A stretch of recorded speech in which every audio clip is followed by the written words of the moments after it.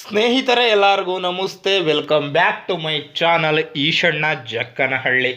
ಸ್ನೇಹಿತರೆ ನೋಡಿ, ನಮ್ಮ ದೇಶದಲ್ಲಿ ಏನಾಗಿಬಿಟ್ಟಿದೆ ಅಂದರೆ ರೈತನಿಗೆ ಅವಮಾನ ಮಾಡಲಿಕ್ಕೆ ಶುರುವಾಗಿಬಿಟ್ಟಿದ್ದಾರೆ. ತುಂಬ ದೊಡ್ಡ ದೊಡ್ಡ ಮಾಲಿಟ್ಟಿರೋರು, ಈ ಥರದ ವ್ಯಕ್ತಿಗಳು. ನೋಡಿ, ನೆನ್ನೆ ಏನಾಗಿಬಿಟ್ಟಿದೆ, ಇವತ್ತ ದೊಡ್ಡ ನ್ಯೂಸ್ ಆಗಿದೆ. ಅದು ನೆನ್ನೆ ಆಗಿರೋದು ಅಂತ ಹೇಳ್ತಾ ಇದ್ದಾರೆ. ಫಕೀರಪ್ಪ ಅಂತ ಹೇಳಿಬಿಟ್ಟು ಅವ್ರನ್ನ ನೋಡಿದ್ರೆ ನಾರ್ತ್ ಕರ್ನಾಟಕ ಹುಬ್ಳಿ ಭಾಗದವರು ಅಂತ ಅನಿಸುತ್ತೆ ನೋಡಿದ್ರೆ, ಮತ್ತು ಅವರು ಮಾತಾಡೋ ಭಾಷೆ ಕೇಳಿದ್ರೆ. ಅವರ ಮಗ ಅಲ್ಲಿಂದ ಬೆಂಗಳೂರಿಗೆ ಕರ್ಕೊಂಬಂದಿದ್ದಾರೆ. ತಮ್ಮ ತಂದೆಯನ್ನು ಸಿನಿಮಾ ತೋರಿಸ್ಲಿಕ್ಕೆ ಜಿ ಟಿ ಮಾಲ್ಗೆ ಕರ್ಕೊಂಡೋಗಿದ್ದಾರೆ. ಜಿ ಟಿ ಮಾಲು ಯಾವ ಏರಿಯಾದಲ್ಲಿ ಇದೆಯೋ ಗೊತ್ತಿಲ್ಲ. ಆ ಜಿ ಟಿ ಮಾಲ್ಗೆ ಕರ್ಕೊಂಡೋದಾಗ ಅಲ್ಲಿನ ಸಿಬ್ಬಂದಿ ಇವರು ಪಂಚೆ ಹುಟ್ಟಿದ್ದಾರೆ, ಪಂಚೆ ಹುಟ್ಟವ್ರನ್ನ ನಾವು ಒಳಗಡೆ ಬಿಡೋದಿಲ್ಲ ಅಂತ ಹೇಳಿಬಿಟ್ಟು ಅವರನ್ನು ತಡೆದಿದ್ದಾರೆ. ಒಂದು ಅರ್ಧ ಗಂಟೆ ಆದಮೇಲೆ ಅವರನ್ನು ಒಳಗಡೆ ಬಿಟ್ಟಿದ್ದಾರೆ. ನೋಡಿ ಸ್ನೇಹಿತರೆ, ಪಂಚೆ ಉಟ್ಕೊಂಡು ಹೋದರೆ ಬಿಡಲ್ಲ ಅಂತ ಹೇಳಿಬಿಟ್ಟು ಹೇಳ್ತಾ ಇದ್ದಾರಲ್ಲ, ಏನು ಹೇಳೋದು ಇವ್ರಿಗೆಲ್ಲ? ಪಂಚೆ ಅನ್ನೋದು ನಮ್ಮ ನಾಡಿನ ಸಂಕೇತ. ಆಮೇಲೆ ಇನ್ನೊಂದು ವಿಷಯ ಏನು ಹೇಳ್ತಾರೆ ಗೊತ್ತಾ, ಈ ದೇಶದಲ್ಲಿ ಯಾರು ಯಾವ ಥರ ಬಟ್ಟೆ ಬೇಕಾದರೂ ಹಾಕಬಹುದು.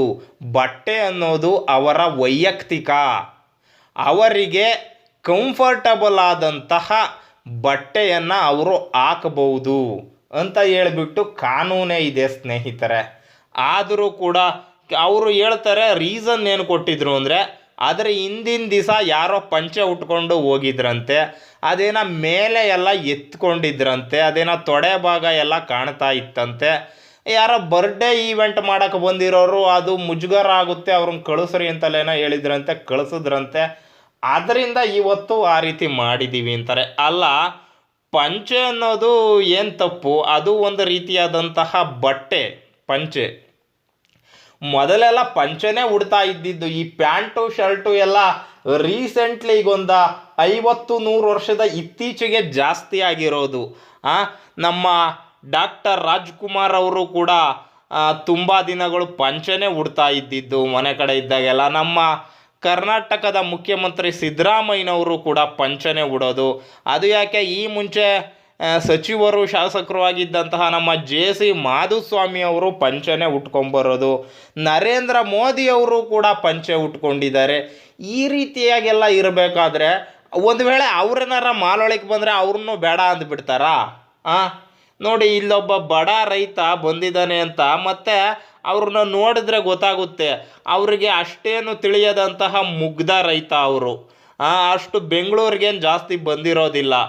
ಏನೋ ಮಗ, ನಾವು ತಂದೆಯನ್ನು ಕರ್ಕೊಂಬರಬೇಕು ಅನ್ನೋ ಆಸೆ ಇರುತ್ತಲ್ವ ನಮಗೂ ಕೂಡ. ನನಗೂ ಆಸೆ ಇದೆ, ನನ್ನ ತಾಯಿನ ಬೆಂಗಳೂರಿಗೆ ಕರ್ಕೊಂಬರಬೇಕು, ತೋರಿಸ್ಬೇಕು ಅಂತ.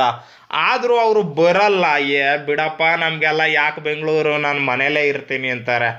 ಏನೋ ಕರ್ಕೊಂಬಂದಾಗ ಈ ರೀತಿಯಾಗೆಲ್ಲ ಆಗಿಬಿಟ್ರೆ ಆ ಮುಗ್ಧ ಜೀವಗಳಿಗೆ ಎಷ್ಟು ಅವಮಾನ ಆಗಬೇಡ ಅಲ್ವಾ? ಇದು ಮಾಡೋದು ತುಂಬಾ ತಪ್ಪು ಸ್ನೇಹಿತರೆ. ಯಾವುದೇ ಮಾಲ್ ಅವರಾಗಿರಲಿ, ಏನೇ ಆಗಿರಲಿ, ಈ ಥರ ಮಾಡಬಾರ್ದು. ಲಾಸ್ಟ್ ಟೈಮು ಮೆಟ್ರೋದಲ್ಲಿ ಒಬ್ಬ ರೈತನಿಗೆ ಅವಮಾನ ಮಾಡಿದರು. ಅವರು ಕೂಡ ತುಂಬ ಮುಗ್ಧ. ಅದೇನೋ ಲಗೇಜ್ ಎಲ್ಲ ಒತ್ಕೊಂಡು ಅವರು ಬರ್ತಾ ಇದ್ರು. ಸ್ವಲ್ಪ ವಯಸ್ಸಾಗಿರುವಂತಹ ಮುಗ್ಧ ರೈತನಿಗೆ ಆ ರೀತಿಯಾಗಿ ಅವಮಾನ ಮಾಡಿಬಿಟ್ರು ಮೆಟ್ರೋ ಸಿಬ್ಬಂದಿ. ಅದು ಆಗಲೂ ಕೂಡ ಕ್ಷಮೆ ಏನೋ ಕೇಳಿದ್ರು, ಅದು ಮಾಡಲ್ಲ ಇನ್ನು ಮುಂದೆ ಅಂತ ಎಲ್ಲ ಹೇಳಿದರು. ಆ ಮೆಟ್ರೋ ಆಯಿತು, ಇವಾಗಲೇ ಜಿ ಟಿ ಮಾಲು. ಏನ್ರಿ ಸ್ವಾಮಿ, ಪಂಚೆಗೆ ಇಷ್ಟೊಂದು ಅವಮಾನ ಮಾಡ್ತಾ ಇದ್ದೀರಲ್ಲ? ಪಂಚೆ ಉಟ್ಕೊಂಡಿರೋರು ಕೂಡ ಮನುಷ್ಯರೇ ಸ್ವಾಮಿ. ಯಾಕೆ ನೀವು ಆ ರೀತಿ ಟ್ರೀಟ್ ಮಾಡಲ್ಲ?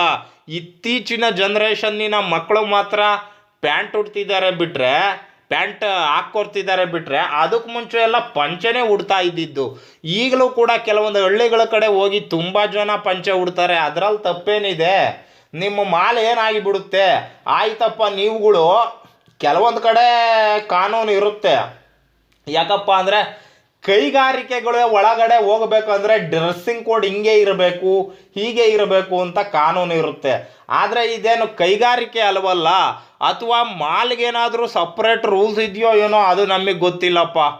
ಮಾಲ್ಗೆ ಇದೇ ಥರ ಬಟ್ಟೆ ಹಾಕ್ಕೊಂಡು ಹೋಗಬೇಕು ಅಂತ ಆ ಥರ ರೂಲ್ಸ್ ಏನೂ ಇಲ್ಲ ಅಂತ ನಾನು ಅಂದ್ಕೊತೀನಿ. ಏನಿದೆಯೋ ಗೊತ್ತಿಲ್ಲ. ಆದರೂ ಕೂಡ ಪಂಚಗಳಿಗೆ ಈ ಥರ ಅವಮಾನ ಮಾಡಬಾರ್ದು. ಮತ್ತು ಇನ್ನೊಂದು ದೊಡ್ಡ ಬೆಳವಣಿಗೆ ಏನಾಯಿತು ಅಂತಂದರೆ, ಅಲ್ಲಿ ನಮ್ಮ ಕನ್ನಡ ಪರ ಹೋರಾಟಗಾರರಾದಂಥ ರೂಪೇಶ್ ರಾಜಣ್ಣ ಎಲ್ಲ ಹೋಗಿಬಿಟ್ಟು ಆ ಘಟನೆಗೆ ರೈತರ ಪರ ಕೈ ಜೋಡಿಸಿದ್ದಾರೆ. ಇದೆಲ್ಲದರ ಪರಿಣಾಮ ರೂಪೇಶ್ ರಾಜಣ್ಣ ಅವರು ಪ್ರತಿಭಟನೆ ಮಾಡಿದ್ದಾರೆ. ತುಂಬ ಮಾಧ್ಯಮಗಳು ಕೂಡ ಅದರ ಬಗ್ಗೆ ತೋರಿಸಿದ್ದಾರೆ.